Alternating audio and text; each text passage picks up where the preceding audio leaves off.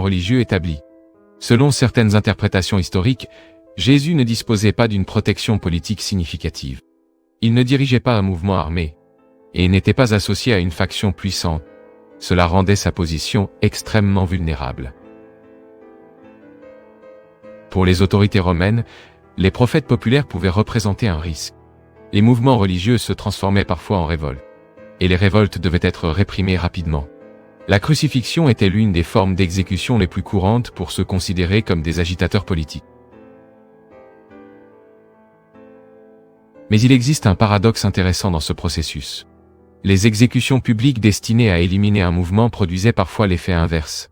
Elles pouvaient transformer la victime en martyr. Et les martyrs deviennent souvent des symboles puissants. Lorsqu'une personne meurt en défendant un message, cette mort peut amplifier l'impact du message lui-même. Les disciples commencent à voir l'événement comme une preuve d'authenticité. Un maître qui accepte la mort pour ce qu'il enseigne peut sembler encore plus convaincant. Ce phénomène apparaît à plusieurs reprises dans l'histoire. Les mouvements religieux, politiques et philosophiques se renforcent souvent après la mort de leur leader. La mort devient récit. Et le récit renforce la communauté des disciples. Dans le cas de Jésus, son exécution a provoqué exactement ce type de réaction. Ses disciples ont continué à parler de lui. Des histoires ont commencé à circuler. Des récits de ses enseignements ont été partagés entre différentes communautés.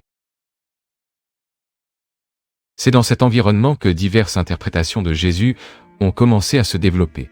Certaines communautés mettaient l'accent sur ses messages moraux. D'autres soulignaient des expériences spirituelles associées à lui. Et d'autres ont commencé à l'interpréter comme une figure messianique ayant un rôle cosmique dans l'histoire. Parmi ces interprétations, la vision développée par Paul de Tarse deviendrait la plus influente. Paul n'avait pas été un disciple direct de Jésus de son vivant. Mais il a vécu des expériences religieuses profondes qui l'ont amené à interpréter la figure de Jésus d'une manière totalement nouvelle. Selon Paul, la mort de Jésus avait une signification universelle. Ce n'était pas seulement la mort d'un maître spirituel, c'était un événement cosmique, un acte de rédemption pour toute l'humanité.